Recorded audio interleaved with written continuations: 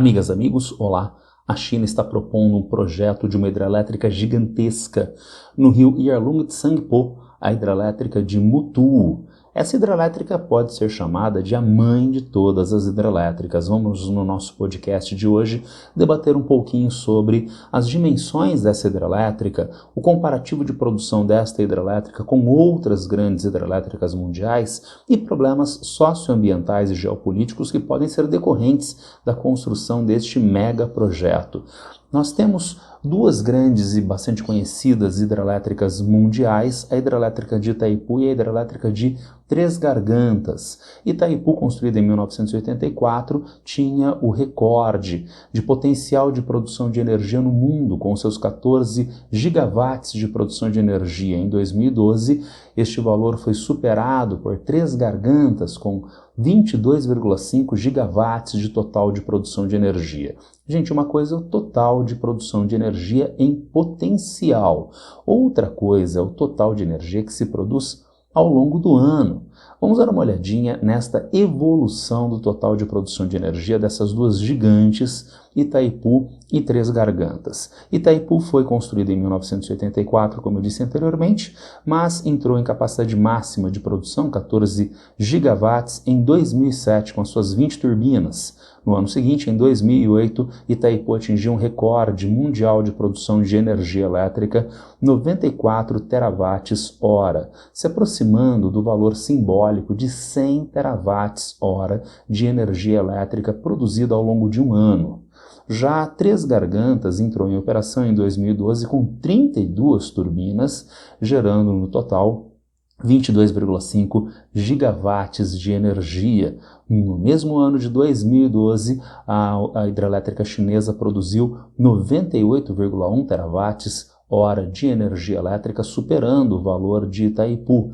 No ano de 2014, Três Gargantas se aproximou ainda mais do valor simbólico de 100 terawatts-hora. Em 2014, Três Gargantas produziu 98,8 terawatts-hora de energia elétrica, mas nós precisamos esperar até 2016 para que o valor simbólico de 100 terawatts-hora ano fosse superado por Itaipu. Itaipu foi a primeira usina hidrelétrica a passar deste valor simbólico em 2016, com 103 terawatts-hora no ano de 2016. Três Gargantas precisaria esperar até 2020 para superar este valor de Itaipu, com 111 terawatts-hora no ano de 2020. Temos aí o total de produção de energia ao longo do ano dessas duas gigantes, Itaipu e Três Gargantas. Mas quais são hoje as maiores usinas hidrelétricas do mundo? Cronologicamente, nós temos Itaipu, a velhinha lá de 1984, 14 gigawatts de produção de energia. Em 2012, entra em operação as turbinas de Três Gargantas com 22,5 gigawatts de produção de energia. Em 2014, 2 anos depois, a China construiu outra usina hidrelétrica gigantesca, a usina de Xiludu, e ela é um pouquinho menor do que a usina de Itaipu, com 13,8 gigawatts de produção de energia. O Brasil construiu outra usina hidrelétrica gigantesca, em 2019 entrou em capacidade plena de produção, 11,3 gigawatts de energia a usina do Belo Monte, mas em 2022 foi concluído o projeto da usina de Baietan, também na China, com 16 gigawatts de produção, acima, portanto, de Itaipu.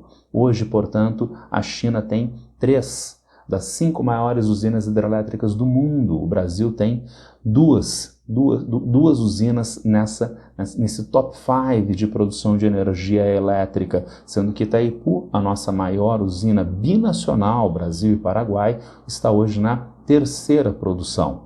Mas eu falei para vocês sobre a hidrelétrica de Mutu, lá no rio Yarlung Tsangpo. Mas e essa hidrelétrica? O projeto dela é para quanto?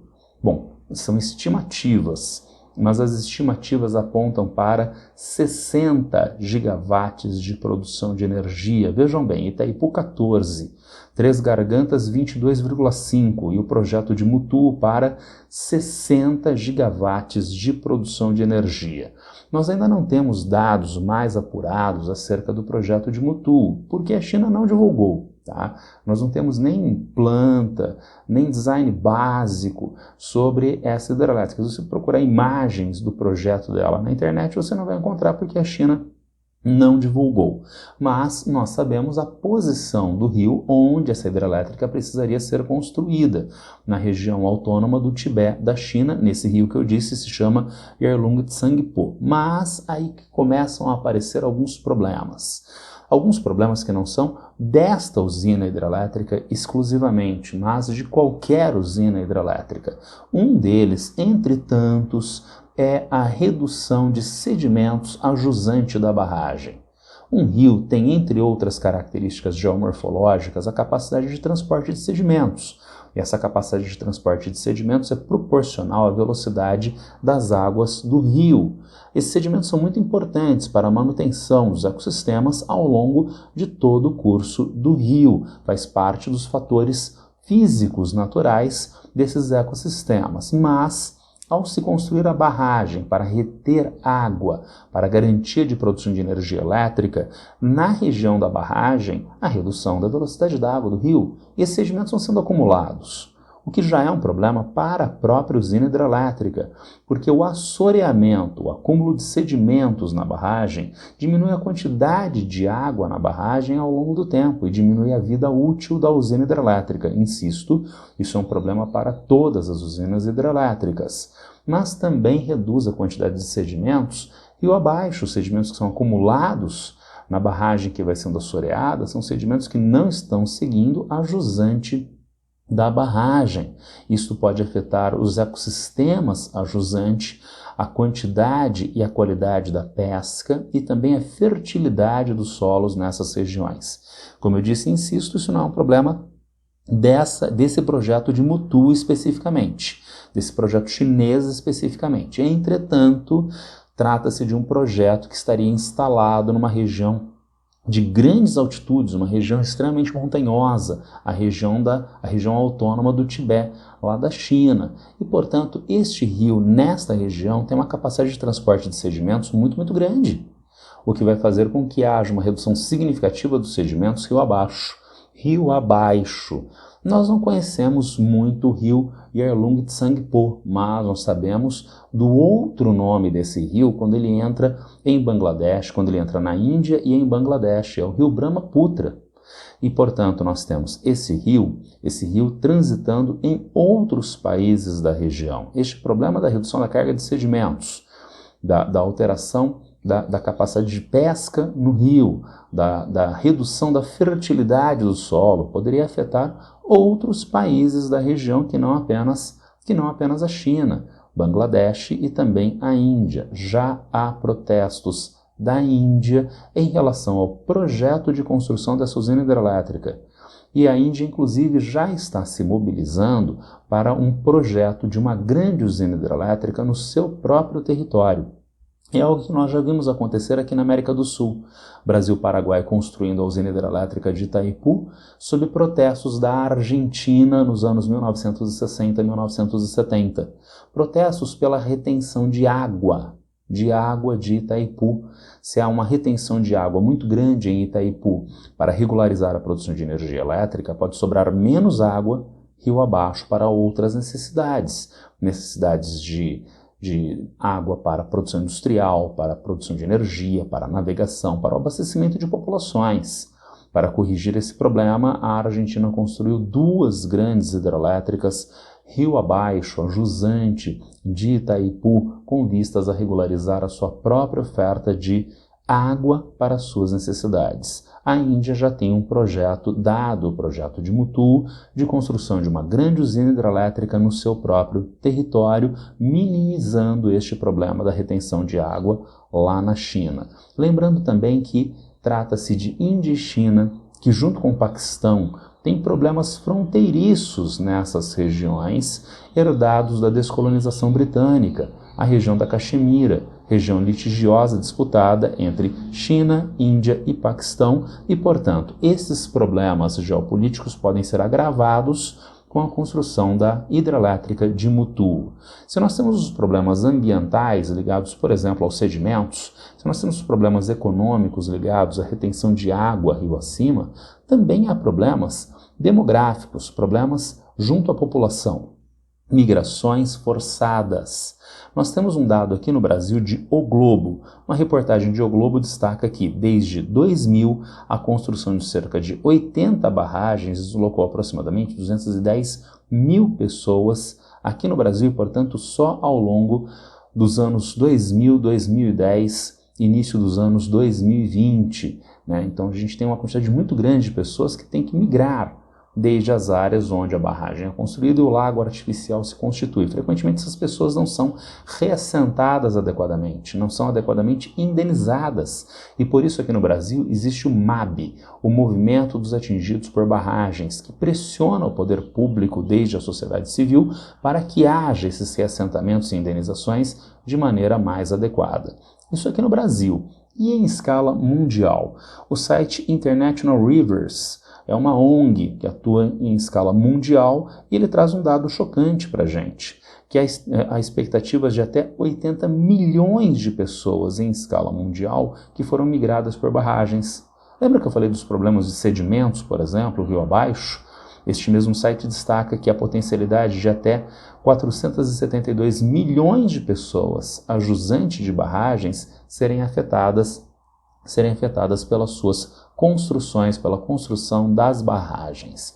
Então nós temos problemas demográficos, problemas populacionais, problemas sociais ligados à construção dessas barragens, e isso também vai estar ligado ao projeto de Mutu e, de novo, com os desdobramentos internacionais em Bangladesh e na Índia, gerando potenciais problemas geopolíticos. Para fechar esse nosso podcast de hoje, problemas geopolíticos que também entram no campo discursivo. Essa hidrelétrica vai ser um mastodonte, como eu disse no começo, a mãe de todas as hidrelétricas. Isso vai colocar de novo, ou mais fortemente, a China nos noticiários internacionais. E vai ser mais um recurso para a imprensa do Ocidente usar a hidrelétrica como um meio de dilapidação da imagem da China. Na verdade, isso não vai acontecer, isso já está acontecendo. Reportagem da BBC do Reino Unido, BBC britânica, em 27 de dezembro de 2024. Reportagem intitulada China construirá a maior barragem hidrelétrica do mundo no Tibete, certo? Então, já está aparecendo nos noticiários esse projeto chinês. E na reportagem, a BBC destaca o seguinte para a gente. Aspas para a BBC. No caso da represa no rio Yarlung Tsangpo, as autoridades chinesas enfatizaram que o projeto não teria grande impacto ambiental, mas não indicaram a quantidade de pessoas que seria deslocada. A represa hidrelétrica das Três Gargantas exigiu reassentamento de 1,4 milhão de pessoas, disse a reportagem da BBC. Então, olha só, vamos traduzir esse parágrafozinho, tá? Então, a China não anunciou quantas pessoas seriam deslocadas no projeto de Mutu. Disse, entretanto, que ela é ambientalmente sustentável, não vai causar grande impacto ambiental. Mas a BBC, muito arguta, já nos traz o dado de que nas Três Gargantas, uma hidrelétrica 3 vezes menor em potencial de produção de energia, houve 1,5 milhão quase de deslocados. Tá? Então, quanto haverá de deslocados em Mutu e que a China ainda não divulgou e diz que é um projeto ambientalmente limpo? Bem, é uma reportagem muito safada da BBC, é uma reportagem muito safada.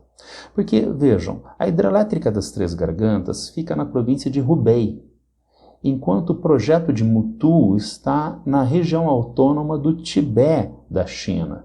Há uma diferença, dona BBC, de densidade demográfica entre essas duas províncias. Enquanto em Hubei nós temos uma densidade demográfica de 307 habitantes por quilômetro quadrado, na região autônoma do Tibete, a densidade demográfica é de 2,9 habitantes por quilômetro quadrado.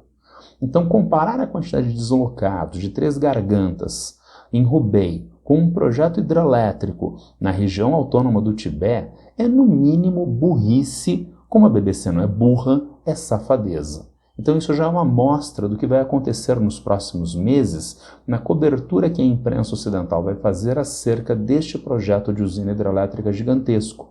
É mais um projeto que coloca a China nos holofotes internacionais. A China quer isto na sua mostra de grande potência mundial, mas ao mesmo tempo vai dar margem para toda essa desinformação frequentemente veiculada por meios de imprensa na Europa Ocidental e nos Estados Unidos. Era isso para o nosso podcast de hoje. Quem tiver alguma dúvida, algum problema, alguma crítica, já sabe, é só me encontrar a qualquer tempo aqui nas redes sociais. Abraço para todas e todos e boa sorte.